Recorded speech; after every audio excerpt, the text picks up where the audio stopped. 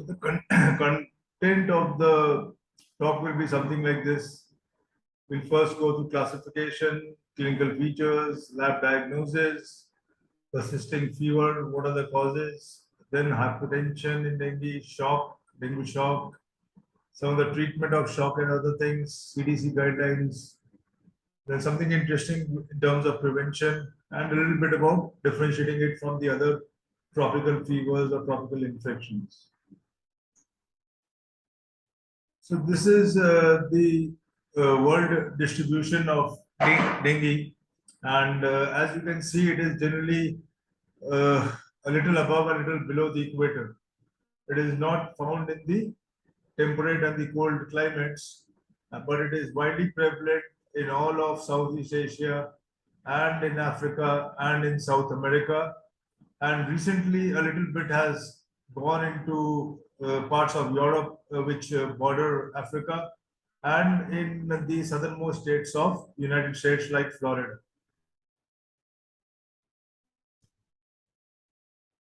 So it is interesting to note that dengue is a #1 viral killer in the world.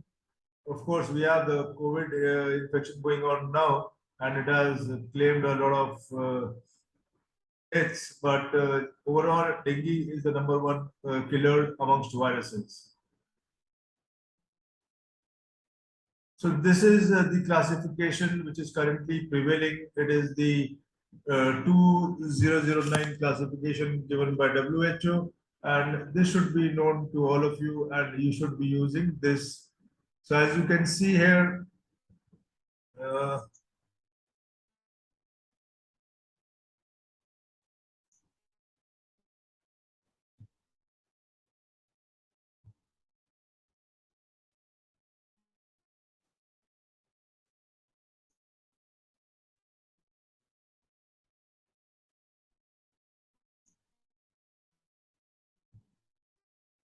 just 1 minute.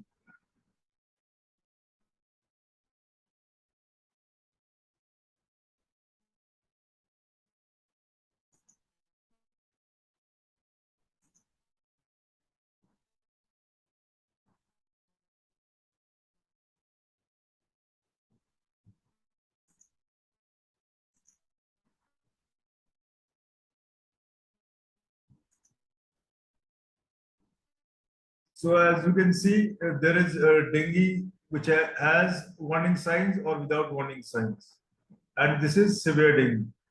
So initially you have dengue, it may just stop here. Otherwise you have dengue with warning signs. So what are the warning signs?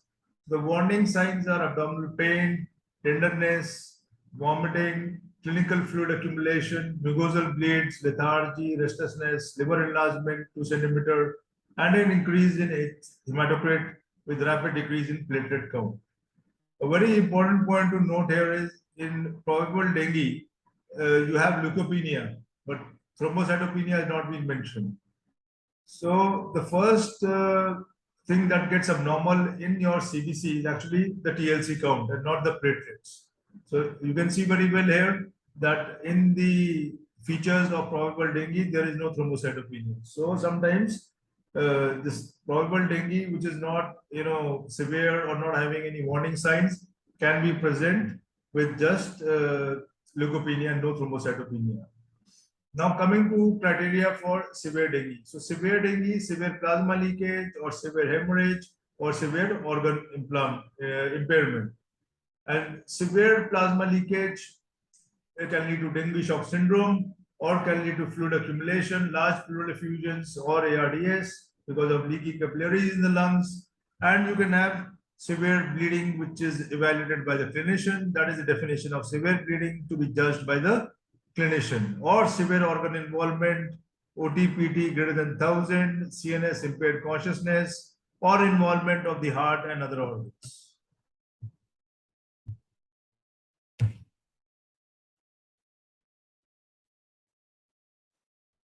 Now, just a word about the epidemiology, that it's caused by Aedes aegypti and Aedes albopictus. Sometimes the other rarer species of Aedes also cause it. The mosquito bites only during the day, and typical symptoms begin 7 days after a bite.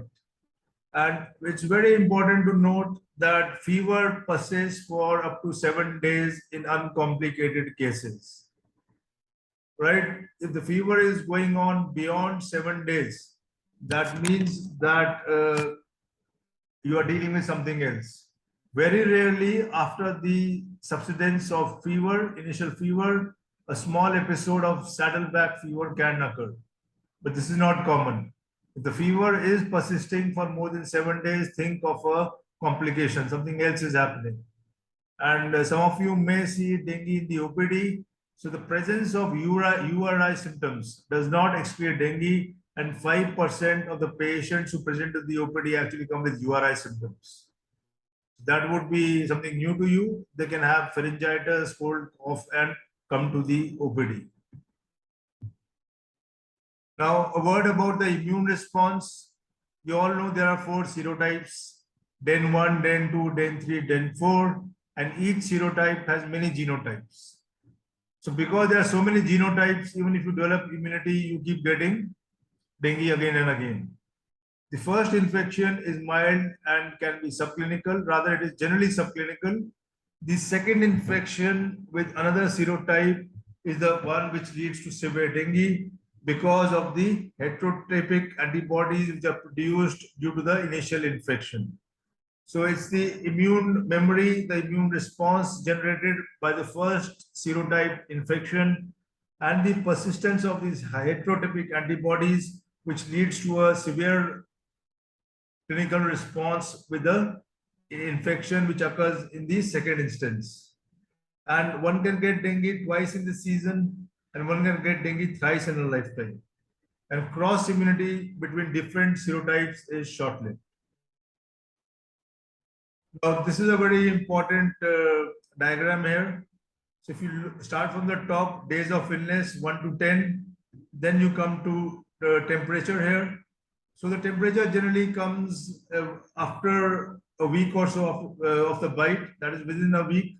And now the patient becomes clinically symptomatic with fever. Fever can be up to 40 degrees, can be lower, and it classically subsides within 48 to 72 hours. And then there might be just a small spike here, or may not be. And because during this period, the patient is clinically symptomatic with nausea, vomiting, poor intake, he gets dehydration, and the hematocrit goes up. And at the same time, there is viremia going on here. Now, the critical phase is, this is the critical phase here, and this occurs generally after the defervescence of the fever. So, in this critical phase, you get shock, bleeding, and organ impairment. And at the same time, your platelets start dropping and they reach a nadir at 2 to 7 days. So one has to tide over this critical period here by providing supportive treatment. And if you are able to tide over this critical period, then gradually there is reabsorption of the overloaded fluid, platelets start rising. And of course, these are the lab tests which we talk about as we go on. So the clinical features of dengue that I'm going to discuss are generally known to you. I mean, the common ones, but I shall go through the entire list. And this has been taken from Mendel's principles and practice of infectious disease, as well as from Harrison's textbook of internal medicine. So this is a very important slide and just a blanket statement, and will help you to know this. Dengue can affect all organs. Can affect all organs and cause complications in all organs, except causing arthritis in the joints. It can cause arthralgias. It causes what is classically called a breakbone fever also. But that is because of arthralgias, not because of arthritis. There's a difference.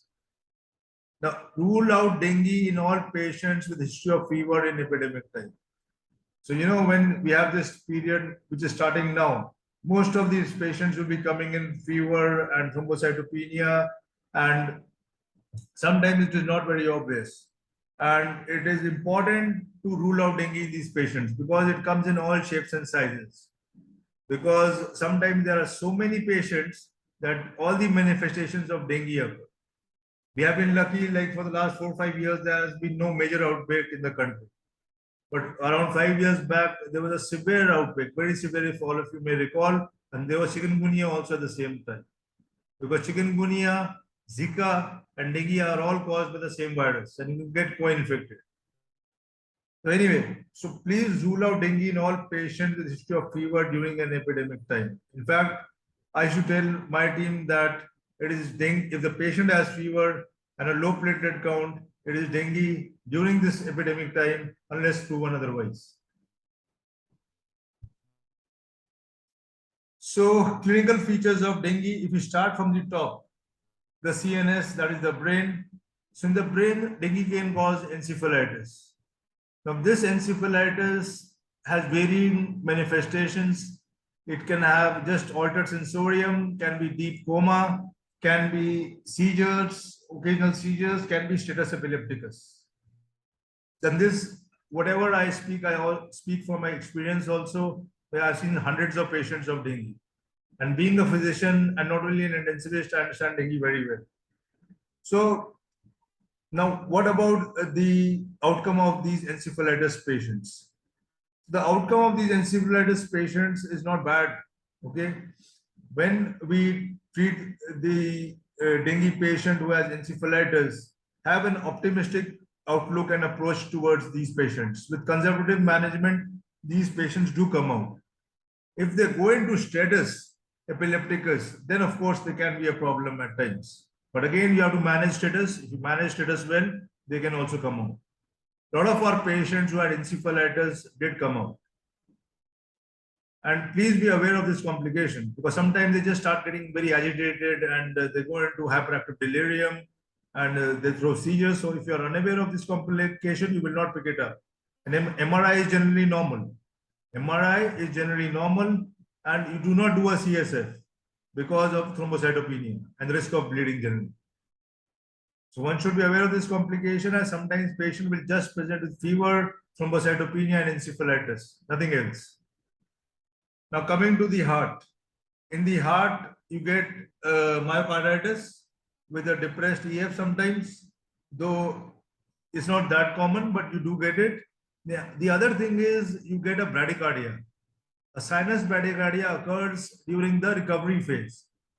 After you have got the patient out of his critical illness, you suddenly notice that the heart rate has dipped from 50 to 45 to 40 to 35, and you're unable to shift him out of the ICU. So this is nothing to be worried about. It persists also for a week or so sometimes. The heart rate won't come up beyond 40, and you cannot shift him out of the ICU with that kind of heart rate. So you just have to wait, and the blood pressure remains normal in these patients. And this bradycardia, sinus bradycardia, is actually because of viral affliction of the SA node. And I'm sure some of you must have seen this. Now moving on to the lungs. In the lungs, you get ARDS because of leaky capillaries, and generally bilateral. 95% of the times this is bilateral, and you get effusions, small to large. And if there is hemorrhage, you can get pulmonary hemorrhage. And in the brain also, apart from encephalitis, you can get hemorrhage. So hemorrhage can occur anywhere, you know that. Now moving on to the kidney. So I'll just tell you a small story about the kidney. So this patient came in during the dengue time, around September, and the patient was a young female. She came with a creatinine of 6, urea of 200, some WBCs, RBCs in the urine, fever, and there was a thrombocytopenia, and a short history as usual. There was nothing else. There were no effusions, there was no ascites and all. So the nephrologist said that it looks like lupus to me. Okay, so the dengue test was negative. The PCR did not send, but the dengue IgM was negative, and the NS1 antigen was negative. So because it was dengue time, and I knew that this is likely to be dengue, so we got the ultrasound repeated. And when we repeated the ultrasound, we got gallbladder edema. Now, gallbladder edema is something I'll talk about later. It is evidence for dengue when the tests are negative because of serositis. So I was able to convince the nephrologist that let's hold any solid-withdrawal and you can send the ANN or whatever you want. And with conservative management, this patient came out. And we sent the IgM again to another lab and it was positive. So that is just to show you that dengue can manifest with just AKI also. So all manifestations are possible with dengue. And you should not be swayed towards another diagnosis without making sure that it is not dengue. It is our responsibility to make sure that it is not dengue and not to give treatments in the form of lupus, nephritis, solid-withdrawal, etc. You're just spoiling the patient then. Now moving on to the GI tract. So in the GI tract, you have obviously bleeding. Then in the liver is the main organ. You get hepatitis, sometimes fulminant hepatitis, acute liver failure, and you get all kinds of transaminase elevation, alkaline phosphatase.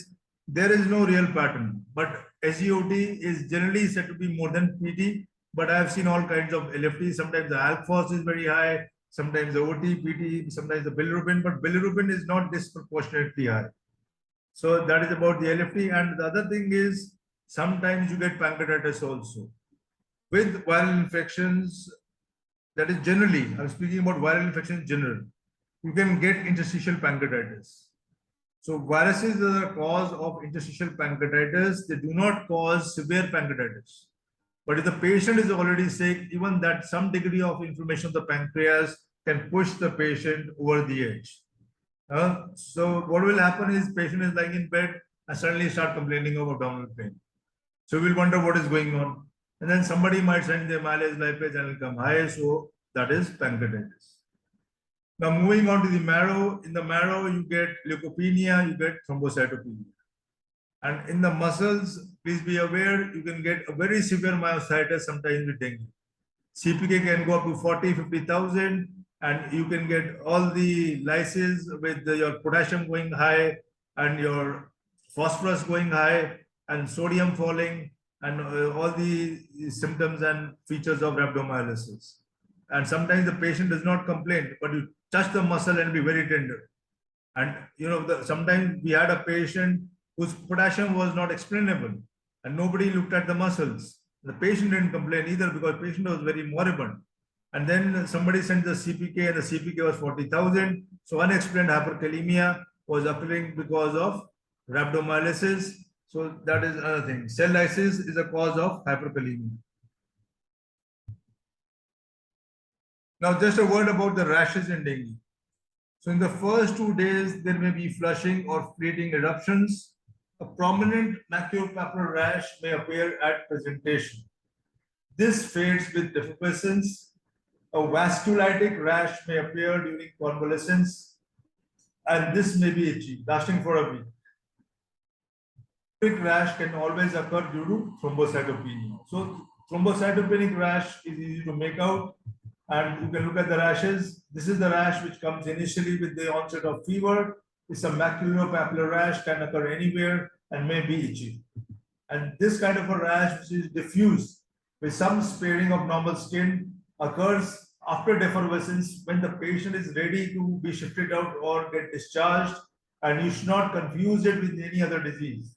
And this generally occurs because of some kind of a secondary vasculitic involvement by the infectious process. So this rash is not as common as the initial rash. And sometimes, you know, dengue, if you just look at the face of the patient, there will be a flushing and there will be some swelling on the face because of leakage, plasma leakage. And a flushed, slightly swollen edematous face is the feces of a dengue patient. Now, the bleeding diathesis in dengue, which is so worrisome to all of us. Hemorrhagic diathesis is complex and not completely understood, and marked it is not DIC. So the way we understand the physiology of DIC, the hemorrhagic diathesis is different. It is a combination of cytokine mediated and vascular injury, and the viral antibodies bind to platelets and clotting factors. There is a mild consumptive coagulopathy and impaired platelet function. platelet function impairment also. And thrombocytopenia due to what? It is due to immune destruction and marrow suppression. And PT, APDT should not be forgotten while we are looking after the platelets. They are very important and they contribute significantly to bleeding. Now coming to abdomen pain in dengue. So the abdomen pain in dengue, I told you hepatitis is one thing, then pancreatitis other. The third thing is tense ascites. Fourth thing is gut edema, which is a general discomfort. Often, the patients will complain of a general discomfort in the abdomen. That is often because of gut edema due to leakage of plasma in the gut. And then you have the catastrophic intra-abdominal bleed, sudden pain can occur, and sudden pain in the abdomen should always be looked into seriously, whether there is a pancreatitis or whether there is an intra-abdominal bleed. Now, this is a very important slide here, and try to just follow this. Can we have severe dengue in the absence of serositis? So, serositis is the inflammation of the pleura, the ascites, that is the visceral linings, and there is leakage of fluid resulting in pleural effusions and ascites. And you get gallbladder edema also because of serositis. Gallbladder edema can also occur because of hepatitis. So as you have seen, most of the patients who are in the ICU will have pleural effusions and ascites. You look at the ultrasound and you know it is dengue. But can you have severe dengue in the absence of serositis, in the absence of pleural effusions, ascites, and gallbladder edema? So yes, but this is an exception. It occurs only in 5%. So if you are dealing with a patient who is in multi-organ failure and does not have effusion, ascites, gallbladder edema, you cannot rule out dengue. You have to be very careful. If the tests are going in favor of dengue, the lab test, then it is dengue. Now, the other point I want to make here is the role of gallbladder edema for the diagnosis of dengue. So, we use the usual blood test for dengue, and sometimes they don't come back positive for various reasons. I shall talk about that. But I have seen this, that if you get gallbladder edema, it is a diagnostic of dengue in the right clinical setting. And in severe dengue, gallbladder edema is generally present in all the patients. And it is present before pleural effusions, before ascites.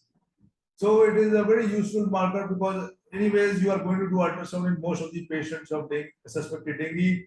And if you get gallbladder edema, that is actually diagnostic. Now, a word about paradoxical infarct and thrombosis.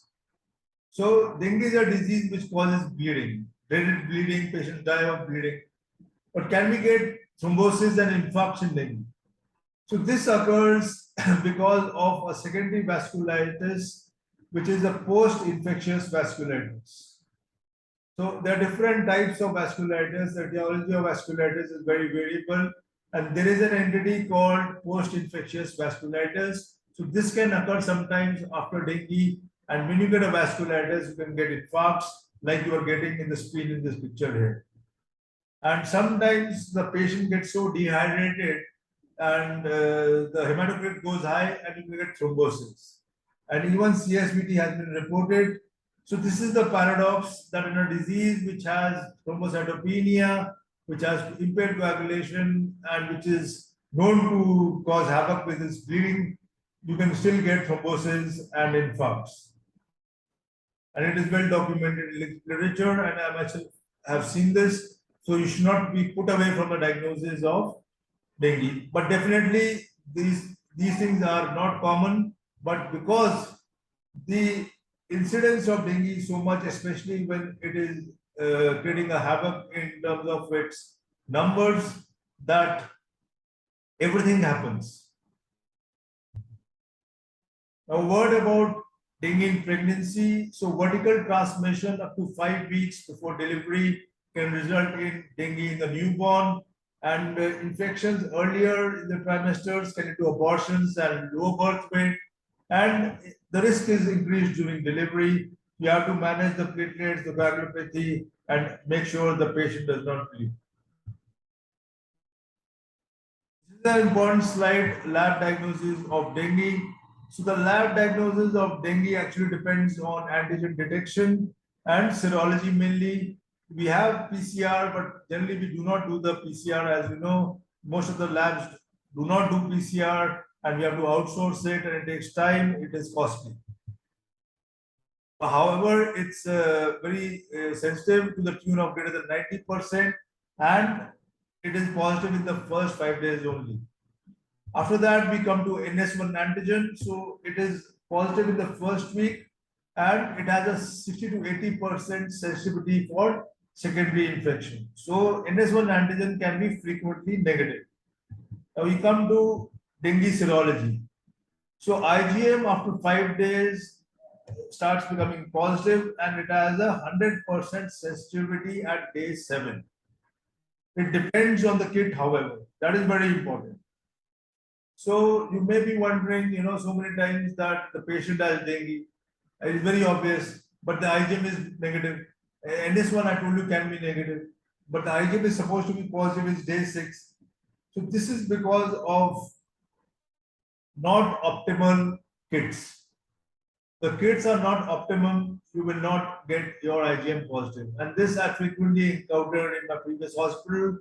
We frequently used to get dengue IgM negative, but with the use of ultrasound, like I told you, gallbladder edema, acute ascites, thrombocytopenia, and our clinical sense, we could make out that it was dengue. And I'm sure you also must be seeing this in your ICUs. That it depends on the accuracy of the kit. So the IgM disappears after 2 to 3 months. It lasts for 2 to 3 months. Now you may ask me, what about IgG? So the IgG is a non-specific positivity. It is positive due to past infections, and it remains elevated for a long time. And because of other flavivirus infections, also because of cross reactivity, it can be positive. So IgG by itself has no meaning. Now coming to the other labs, so I told you about encephalitis. To prove that, you can do IgM in the CSF or the PCR. But LP is generally not done because of bleeding risk. Then the CBC I told you, the earliest abnormality is leukopenia and not thrombocytopenia. And this occurs due to marrow suppression.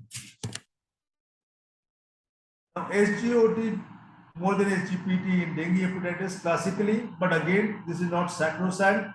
And sometimes these patients develop a hyponatremia, especially early on, because of vomitings and replacement by dilutional fluids, not having enough sodium content, or sometimes because of encephalitis. Now, coming to persistence of fever in dengue beyond 1 week. So these are the main causes. One is secondary bacterial infections, or you can have co-infection with chikungunya or malaria. Then you can get complicated by HLH, hemophagocytic lymphocytic histiocytosis, and then you have the usual ICU nosocomial fevers. Please remember what I told you in the beginning, a very small fraction can have a saddleback fever also. So what about secondary bacterial infections? So 14 to 40% of deaths in dengue are associated with secondary bacterial infection. Mind you, it is associated. There is no convincing evidence here. This is a very high number. So don't start giving antibiotics to all the patients. But this is clinical suspicion. Only 5% have had documented bacteremia. So this is the paper which looked at the bacterial co-infections in dengue virus disease, and they did a meta-analysis of the few studies that were available. There were not too many studies available, and they saw that 0.2 to 7% of dengue infections have bacteremia, while 14 to 44% of dengue-related deaths seem to be associated. So antibiotics, yes, should be used, but judiciously. So just a word about antibiotics, when the patient comes to you just fresh from home, is in the initial stages of dengue. You are following him up in the ICU. So dengue will have a monophasic course, right? It will go on and there will be a slow deterioration, and generally it will keep either going down or the patient will start improving. If the patient is improving and then suddenly dips, that is one indication for antibiotics, because the patient may have developed a secondary infection. Or if the patient is shifted from outside after spending a few days there, either he's on the ventilator or he's in shock and or he's in multi-organ failure, then you should start him on antibiotics. It has been my experience that when the patient comes from outside nursing homes or smaller hospitals and is critically ill, it helps to put them on antibiotics, and many patients have responded to antibiotics in these situations. But just a fresh patient coming to you with a platelet count of 10,000, little bit of organ impairment, should not be started on antibiotics. This is a very common practice to put him on a lesser antibiotic and let it be there for the comfort of the physician, but this only increases the resistance in the ICU. Now, the other thing is hemophagocytic lymphocytic histiocytosis, HLH. So, a disease characterized by pancytopenia, fever, organ failure, very high ferritin, and high triglycerides. So, again, you suspect this if there is persisting fever or unusually severe disease. The patient is not improving, the disease is becoming very severe. You should think of HLH, not common, but does occur. And these are some of the features of HLH. You should send a ferritin, and ferritin can be greater than 10,000 even in sepsis. That is to be remembered.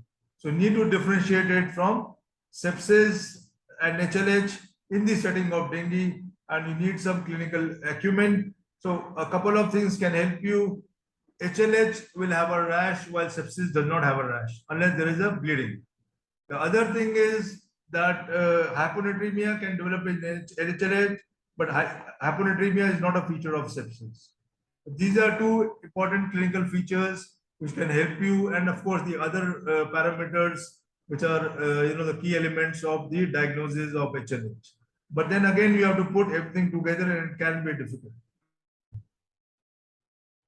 So this is a case report in our Indian Journal of Critical Care Medicine, stuck with pancytopenia and dengue fever, and this was a case of hemophagocytic syndrome reported from Mumbai. Now moving on to hypotension. So, you can get all kinds of organ failure in dengue and there is no specific treatment, but hypotension is very important. So hypotension can be understood in different ways. Classically, dengue shock syndrome. And I do not know how you understand dengue shock syndrome. I'm sure you understand it the way it is written in the books, that the pulse pressure drops and the diastolic pressure rises and the patient is leaking, severely leaking. So that is classic dengue shock syndrome. And we shall talk about this as we move on. Then there can be hemorrhagic shock. There can be gram-negative sepsis due to secondary infection.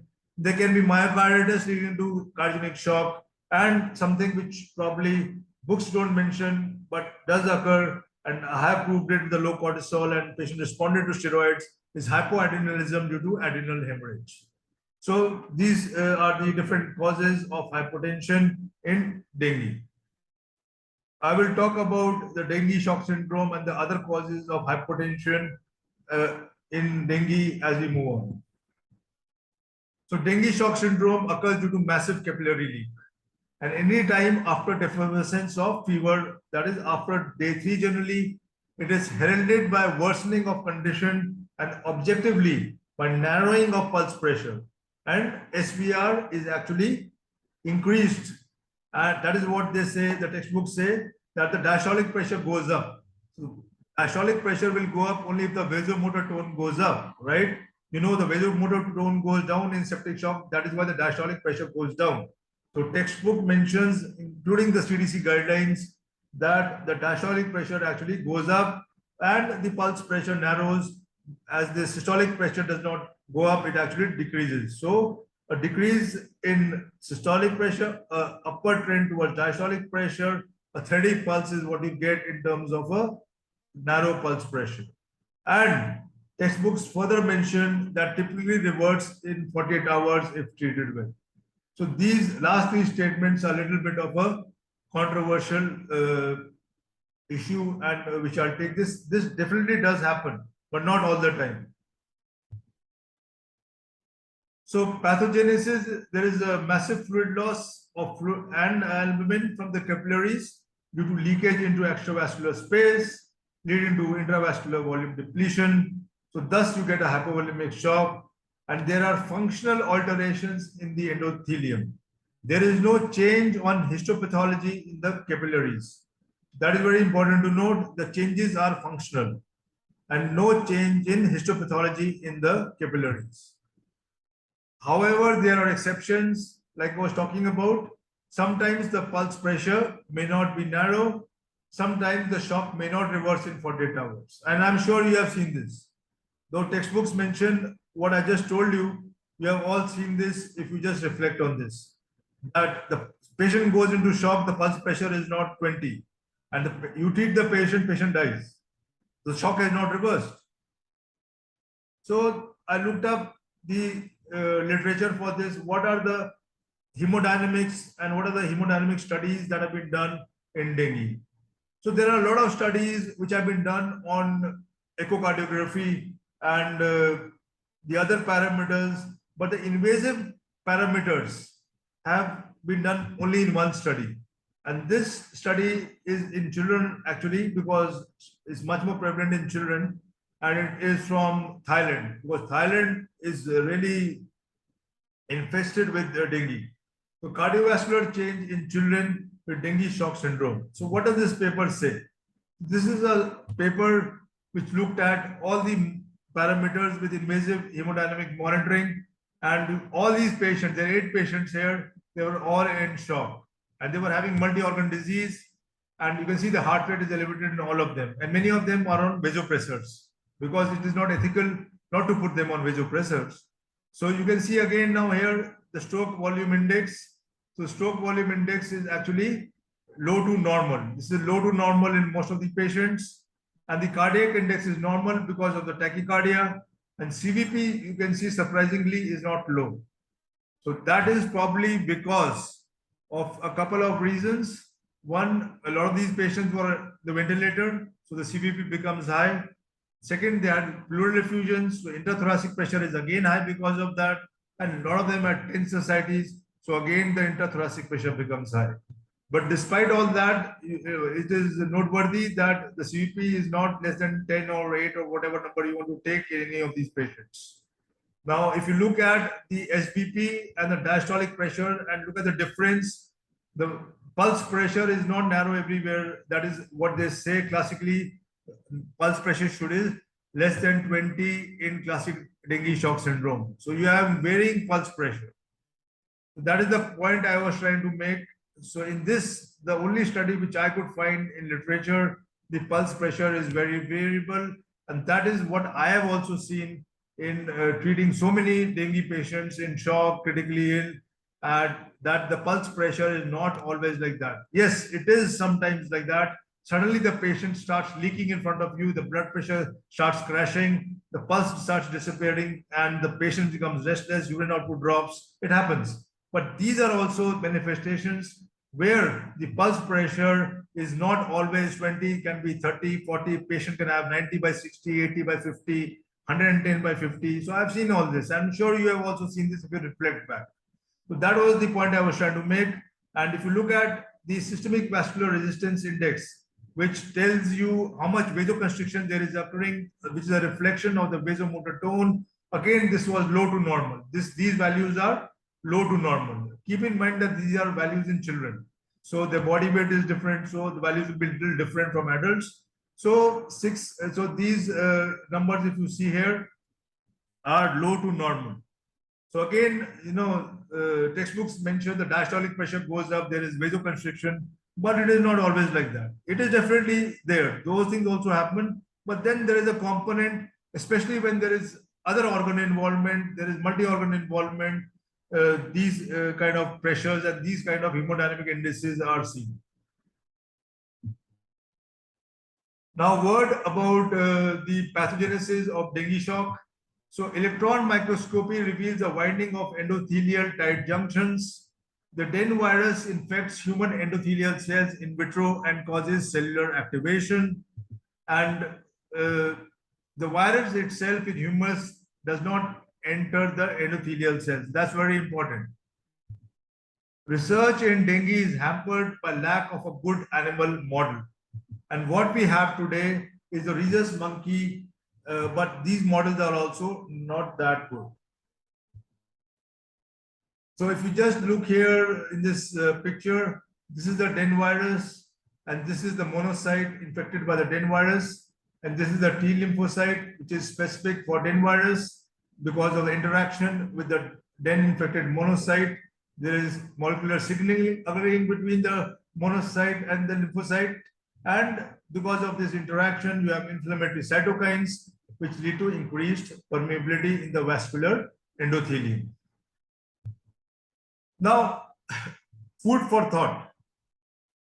So we all know infections cause septic shock, right? Dengue is also an infection. So why does it not cause septic shock? Septic shock is characterized by wide pulse pressure, low diastolic pressure. And here in dengue, the way it is described, you get a narrow pulse pressure and increased vasomotor tone classically. So why does this not happen? So the answer probably lies in nitric oxide. So what happens to nitric oxide in septic shock? So nitric oxide levels are elevated in septic shock. I'm sure most of you would know that.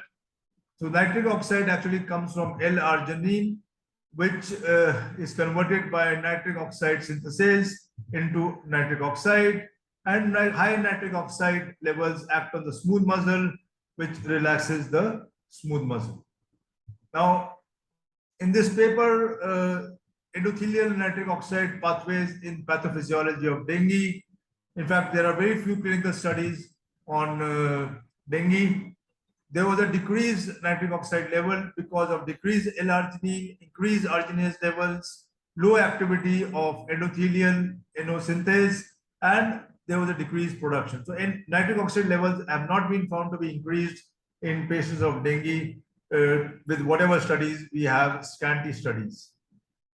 The answer probably lies in nitric oxide, because nitric oxide is what leads to vasodilatation in septic shock. If you're not having vasodilatation, it is likely that nitric oxide levels are not elevated in dengue, because that is the way the cytokines play out in viruses. And I mean, in viral infections, not only in dengue, but in a lot of other viral infections. They don't have vasodilatation many a time. There are a lot of other viral infections also.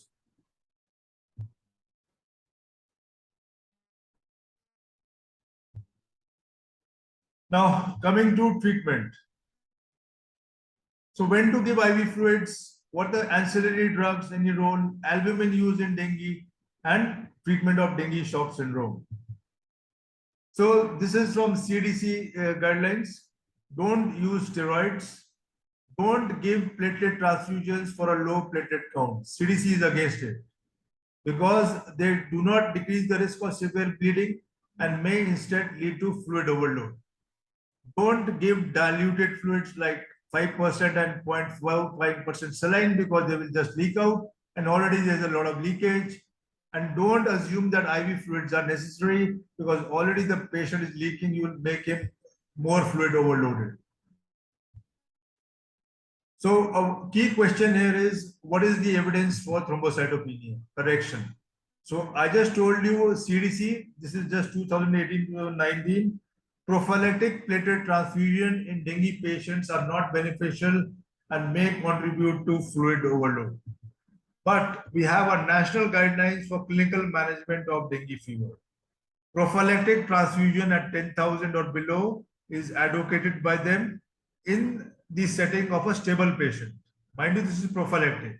If the patient is bleeding, then you can transfuse earlier, or if the PT-APTT is severely deranged, because that also contributes to bleeding, or if the patient is in multi-organ failure.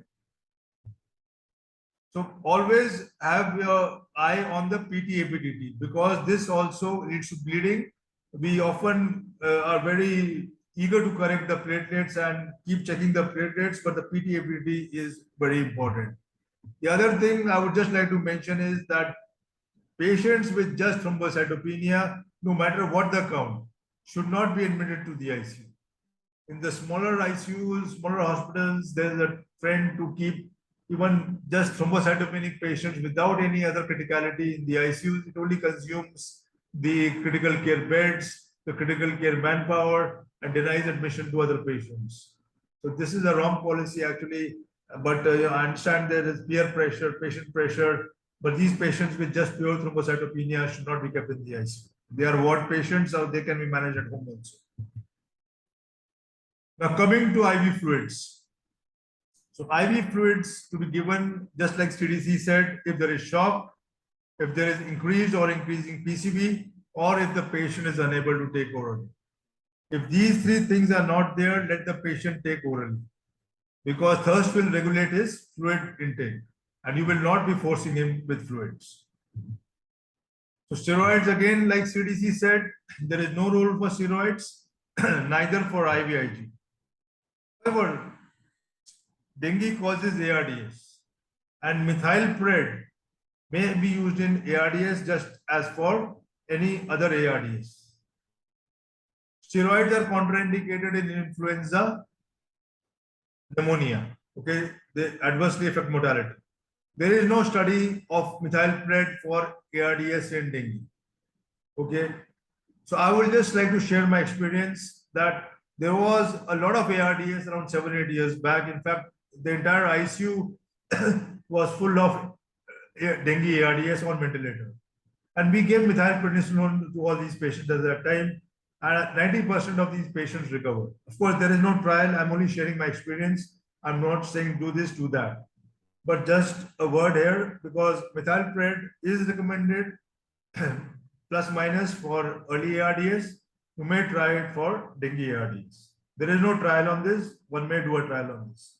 But ARDS number has to be sufficient. Then, of course, HLH, you do use steroids. So, there is no convincing physiological rationale for its use in dengue in general. Now, albumin in dengue. So, the principles for albumin use remain the same as in critical care.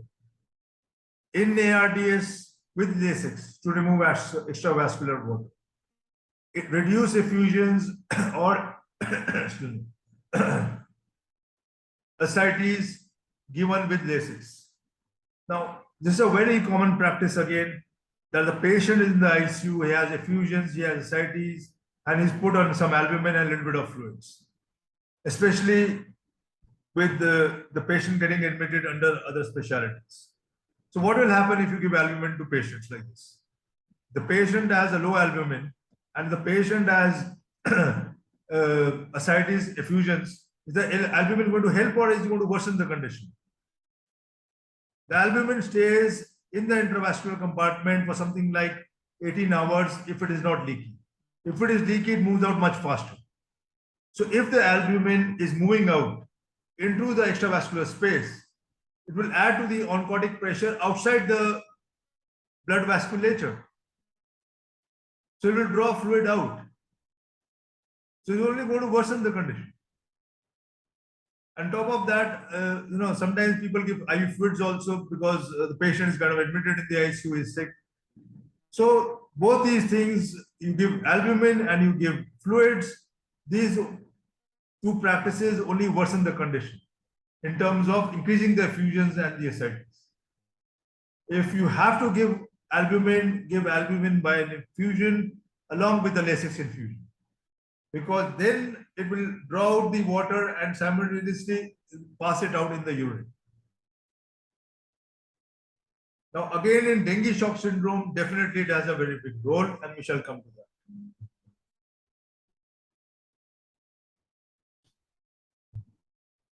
So, this is something I've shared with you, CDC guidelines, and this is very recent. This is hemodynamic assessment.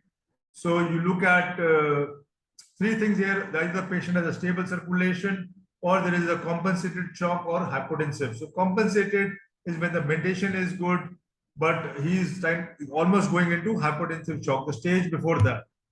And the hemodynamic parameters are the conscious level, the capillary refill, extremities, whether they are warm or cool, peripheral pulse volume, good volume, weak and thready, feeble or absent, heart rate, normal heart rate, tachycardia, severe tachycardia or bradycardia later on terminally, then blood pressure, normal blood pressure for age, normal systolic but rising diastolic, what I was talking about, narrowing pulse pressure, postural hypotension, this is compensated shock just before he's going into hypotensive shock. So once it goes into hypotensive shock, you almost have an unrecordable blood pressure. Before that, you have a narrow pulse pressure, less than 20, like I was talking about. So these are the things the guidelines are still sticking to, but it is not always like that.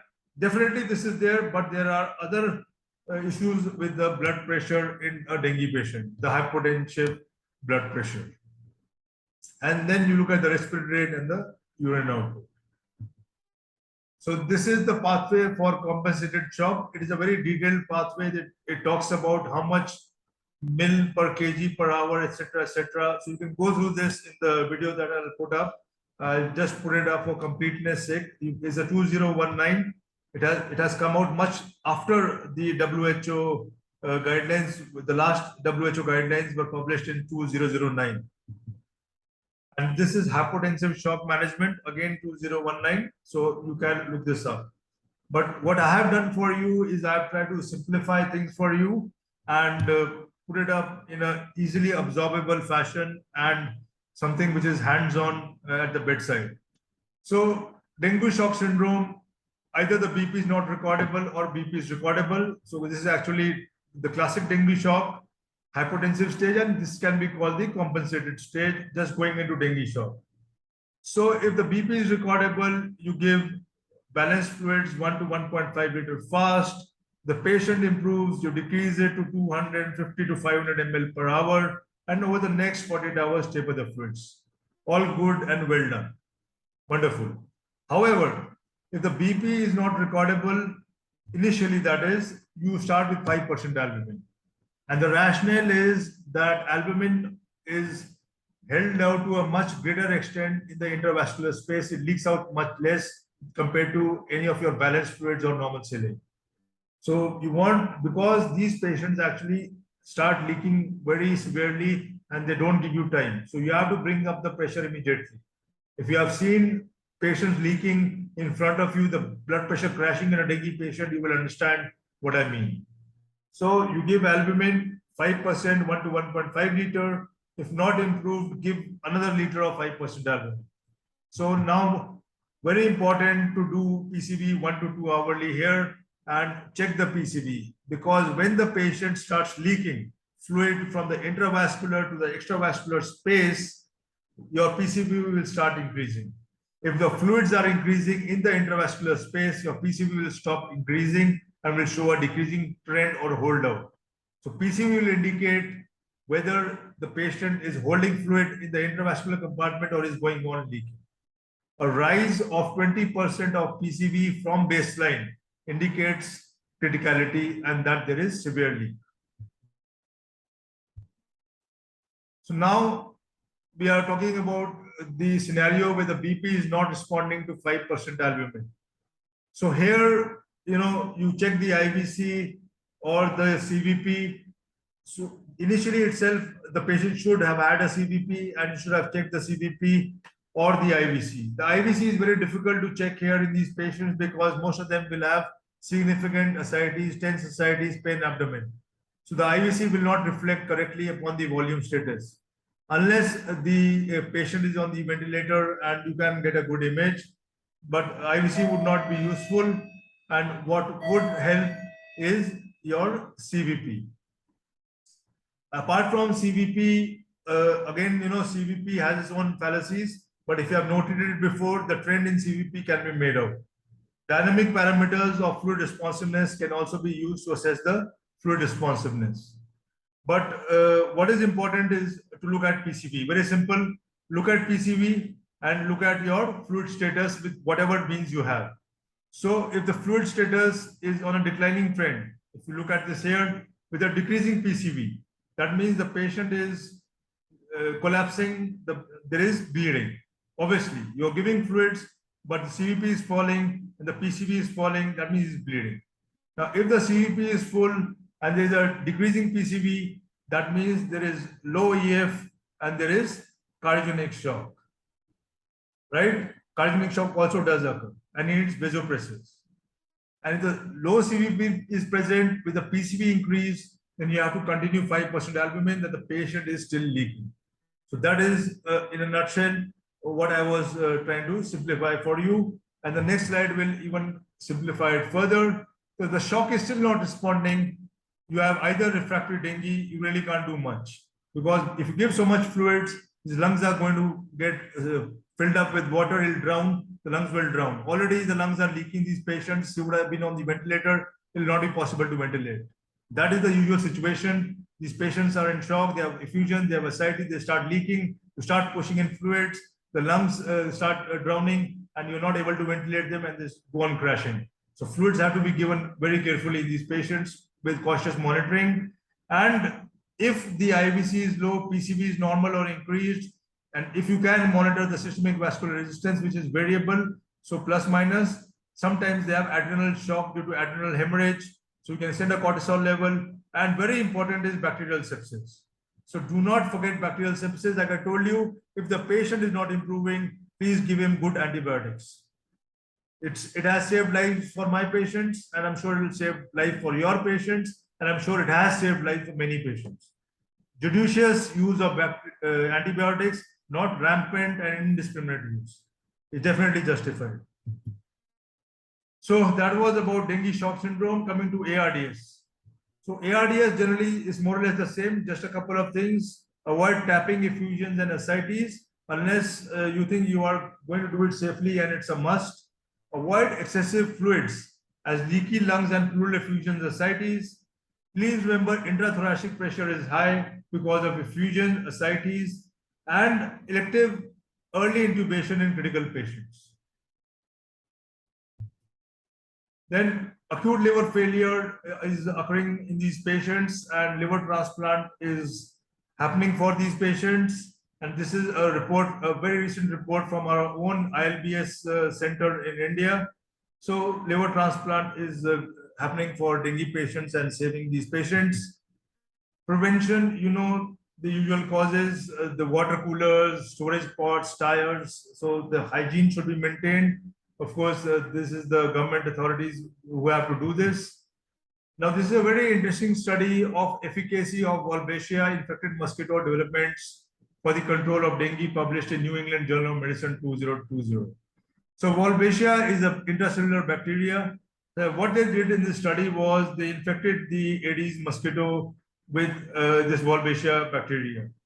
And once the Aedes mosquito is infected with Wolbachia, it is unable to transmit the infection even if it bites to the humans.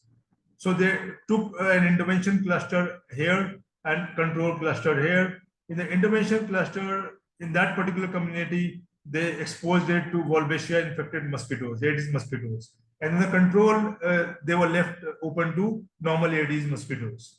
And as you can see, the incidence of virologically confirmed dengue was 2.3% here and 9.4% here, which was statistically significant. And hospitalization was only 0.4% for this group and 3%. So this is something, you know, a unique way of trying to control dengue. So let us see how it goes. Now, the dengue vaccine is currently not being used. The problem is that you can use it only if you can confirm that the patient has had a primary infection before you can use it. So you need to do serotyping and make sure that the patient has had a primary infection once in his lifetime. Otherwise, if you give the dengue patient to a naive dengue vaccine to a naive patient, then the patient actually develops a very severe form of dengue. So it's not really in vogue, the dengue vaccine. The differential diagnosis for dengue now finally, so all tropical infections come into the picture. But what you should remember, a very simple thing is that dengue is the one which causes serositis. Serositis in terms of bilateral effusions, ascites, gallbladder edema. With the other conditions, you do not really get serositis. With all these conditions which I've mentioned here, you do not get serositis. Serositis can occur with some other kinds of viruses, yes, but not with classical chikungunya, enteric, malaria, leptospira, influenza, hantavirus, gram-negative sepsis. If you do get, you will get small effusions or a little bit of ascites, but not the way you get it in dengue. That is a very simple way to differentiate from all these tropical features or tropical infections. And if you just look at it in more detail, chikungunya will have severe arthralgias, pedal edema, and bleeding diathesis is not so common. If you look at leptospirosis, conjunctivitis, they often have muscle tenderness and CPK is high. In LFTs, there will be a disproportionately high bilirubin and alkaline phosphatase. In the setting of AKI, they will have hypokalemia and hypomagnesemia. That is a feature of leptospirosis. Often they have a rigid abdomen because of muscle tenderness, myositis. In malaria, you do not get a rash mostly. Diarrhea is rare. What you do get is a hemolytic anemia. You do the hemolysis of RBCs, unconjugated bilirubin will be high, HP will be low, and bleeding is uncommon in malaria. In rickettsia, 50% have an S-char. They often develop hyponatremia, and there's a very prominent diffuse rash at times. If you have seen that rash, you will remember that rash. So with that, dear friends, I come to the end of this session. If you have any questions, I'll be happy to answer them.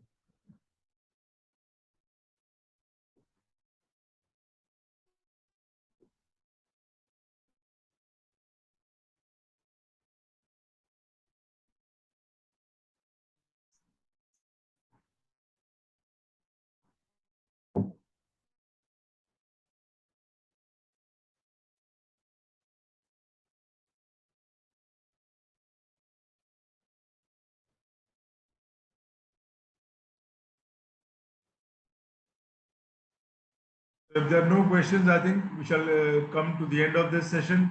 Thank you very much.